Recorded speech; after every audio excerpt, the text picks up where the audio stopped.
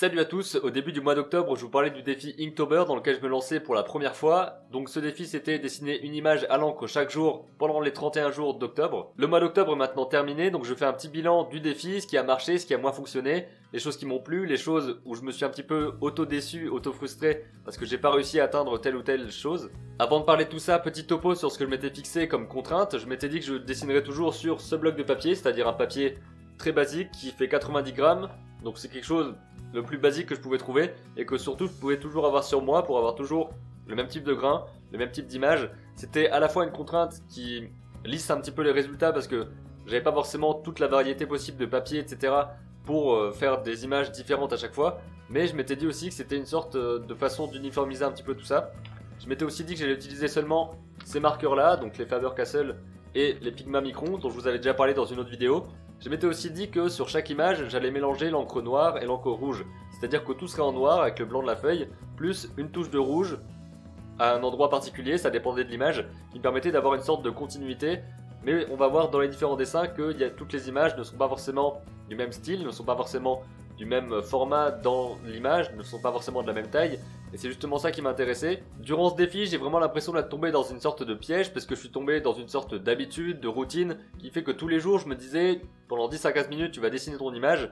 Mais en même temps, des fois, j'avais l'impression d'être trop à plat, et que j'allais pas forcément très loin dans mes idées, que je prenais la première qui venait, et que je restais dans des habitudes de dessin que j'avais, et que j'ai pas vraiment cherché à faire quelque chose de différent. Ce qui fait que certaines images me plaisent beaucoup plus que d'autres, certaines me font dire que j'étais vraiment pas très à l'aise à ce moment-là, ou alors que j'avais pas du tout d'idée, et que j'ai surtout pas cherché à aller plus loin, et ça c'est une faute. Tous les personnages, toutes les situations et tous les dessins d'une manière générale n'occupent pas le même espace dans la page parce que c'est un outil qui est assez important et surtout très efficace pour exprimer différentes idées par rapport aux traits que vous faites, par rapport à l'espace que vous utilisez autour du personnage. Des trucs très basiques comme par exemple mettre un personnage tout petit au milieu de la page, ça vous permettra d'avoir un sentiment vraiment d'isolement et d'écrasement par l'espace qu'il a autour. De placer le personnage en bas, ça permet d'exprimer par exemple la largeur du ciel et l'immensité de quelque chose. Ou au contraire l'écrasement par ce qui se passe au-dessus et le mettre tout petit en bas. Il y a vraiment beaucoup de façons d'exprimer différentes choses par rapport au placement dans l'image,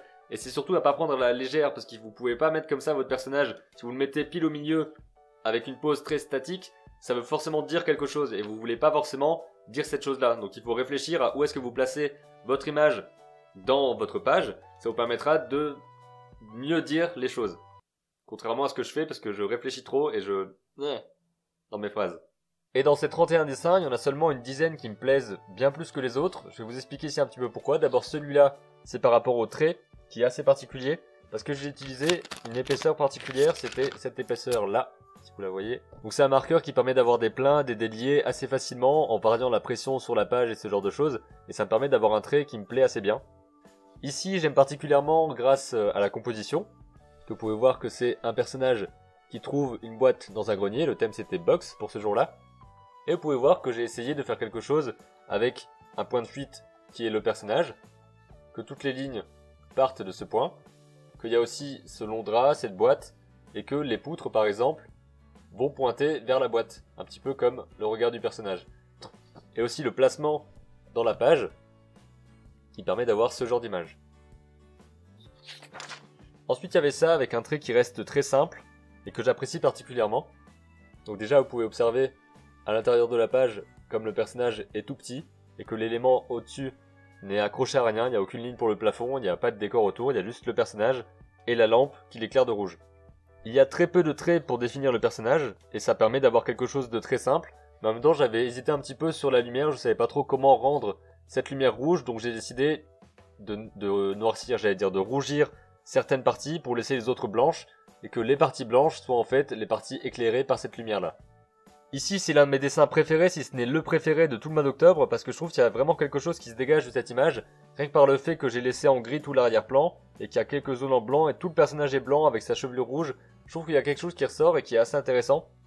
Donc ça me permet de voir un petit peu quel style pourrait être utilisé pour différentes histoires, et vraiment ça m'a beaucoup plu de le faire, parce qu'il y a un côté presque crayon, parce qu'en fait c'est à chaque fois un marqueur noir, sauf que j'appuie plus ou moins, pour avoir quelque chose de plus ou moins opaque et de plus ou moins noir pour permettre même de faire des dégradés par exemple avec un simple marqueur en grattant, en tournant un petit peu la pointe pour arriver à des effets comme ça.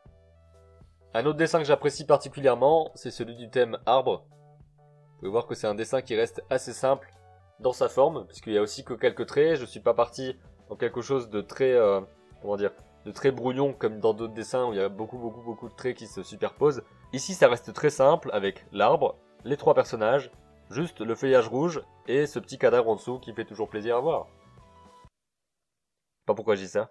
Et encore une fois, vous pouvez voir comment ça se place dans la page avec simplement ce petit dessin en bas à droite et tout le reste qui n'est que page blanche qui permet d'évoquer le ciel et d'évoquer tout ce qu'il y a autour et aussi de les écraser un petit peu sur le côté de la page.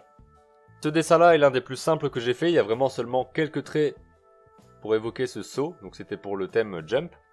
Et je l'ai placé un petit peu trop haut je trouve, parce que dans la page, il se trouve là, et ça aurait été peut-être plus intéressant de le mettre encore plus haut, qui lui permettent vraiment d'avoir toute cette falaise et tout ce vide sur le bas de la page. Le thème du jour c'était rock, que j'ai pris sous le terme caillou, pierre, et ce qui m'a permis de faire ce dessin avec ce personnage là, très gentil, qui explose la gueule de l'autre avec un caillou. C'est pas très sympa ça. J'aime assez le mouvement qu'il y a ici, puisqu'on voit la ligne entre les deux visages qui forment une courbe comme ça. Le contraste comme d'habitude avec l'arrière-plan tout en noir qui permet de faire ressortir les personnages, et surtout l'utilisation du rouge qui me permet de mettre du sang correctement. Et de faire ressortir cet effet là. Pour le thème triste, j'ai encore fait un personnage très simple avec seulement quelques traits pour évoquer sa pose, et encore une fois je l'ai placé à un endroit particulier de ma feuille qui permet d'avoir tout cet espace blanc autour de lui. Et enfin le tout premier dessin que j'ai fait pour ce défi, au départ je pensais peut-être faire 31 dessins sur la vie de ces personnages là, qui me permettrait d'avoir différents moments de leur vie, de voir un petit peu comment est-ce qu'ils évoluent. Et finalement je suis parti sur autre chose, mais en tout cas j'aime beaucoup ce dessin, et c'est un personnage qui était déjà là dans un de mes carnets, je sais plus exactement quel carnet, mais en tout cas il y avait ce gros personnage dans une petite voiture, donc s'il revient régulièrement, je me dis qu'il y aurait peut-être quelque chose à faire avec, mais je sais pas trop encore quoi.